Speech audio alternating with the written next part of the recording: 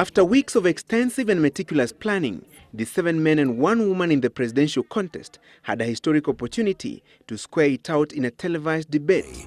And Gachuri. The slippery tribalism and ethnicity matter touched off a candid debate. Campaigns have taken the shape of a contest between tribes or blocks of tribes. I want to specifically put on the spot CORD, the Honorable Odinga, and Jubilee, the Honorable Uhuru Kenyatta. I would completely disagree. If you would look at where we have had all our rallies so far, I have not had a single rally yet in Central Province since I was nominated. But isn't it true that in the 2005 and 2000 votes, your mathematics was a simple 42 minus 1? And you know what I mean? That is a creation of the media. Nowhere did anybody talk about 41 versus 1. That was actually a propaganda. Still to Uhuru and Raila, the question of the rivalry between the Kikuyu and the Luo communities, which is at the epicenter of the Kenya's ethnicity problem. There are people who view you, a lot of people view you as taking it on from where your fathers left it. Jomo Kenyatta and Jaramogi Oginga Odinga, both of you picking it up from 69. Uhuru. So personally, I have no differences with the Honorable Raila. I see him as a colleague, I see him as a brother, but we may differ on how to handle some of the issues that face this country. No, I basically agree totally with my brother, Uhuru Kenyatta. We have nothing personal between each one of us. In fact, we are best of friends. Following our denials here, my urging to Kenyans, please do not allow us to mislead you. No tribe puts food on your table. Well, I'm very surprised tonight because we are being economical with truth. We need to look at the Kenyans right straight into the eye. We have wiped tribal emotions since we became a multi-party state. So what did political scientist Mutahi Ngunyi and Adam Zolo make of it? I think the debate was good because it was not bad.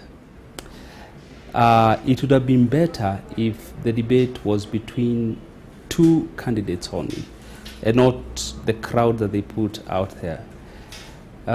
Once you have 8 people debating each other and throwing receiving questions from 2 moderators, that ceases to be a debate. That essentially was like a political rally.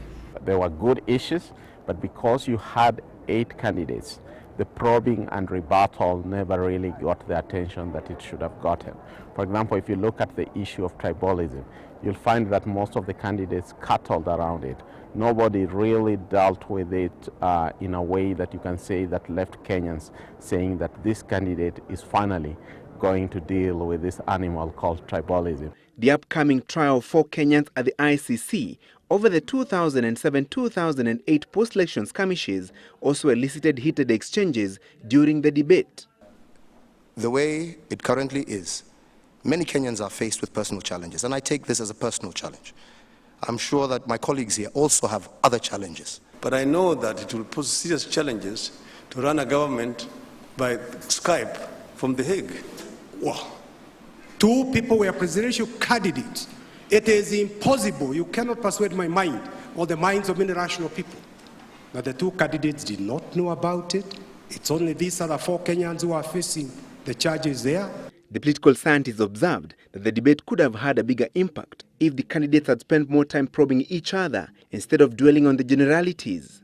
They can ask fewer questions, but allow for more rebuttal between the candidates. That will allow us to be able to see exactly the agenda of each of the candidates in detail. But in a situation like where you're putting these candidates here, let's ask them the hard things. Ask Uhuru Kenyatta issues about land and ask him to justify why and how that land, as Raila has been asking, was acquired. And let Uhuru then also ask Raila, what about molasses? And let him come with the facts. And so the big question, is there a likelihood that the debate influenced some potential voters? And it is that voter the objective voter, the neutral voter, who has not yet made up their mind that these two debates will sway. And how would the political scientists rate the candidates' performance? Ole Kiapi, ungradable, completely. Abdidabi, completely ungradable, except for the humor he brought into the debate. Paul Muite, ungradable also.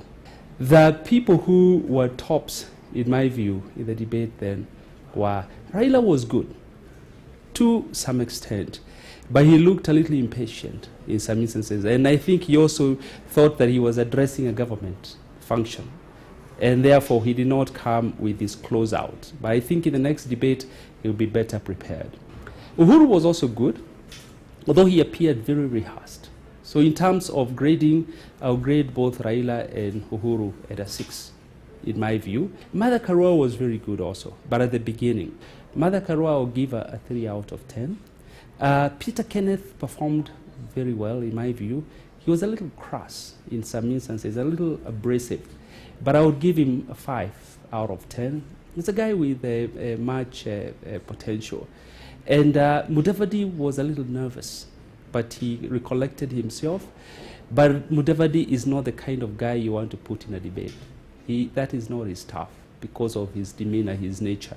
I give him a 4 out of 10. The 8 presidential candidates have yet another opportunity to engage on the 25th of this month for the second round of the national presidential debate. During this debate, economy, land and foreign relations will form the basis of the discussion. Francis Gachuri, Citizen Live at 9.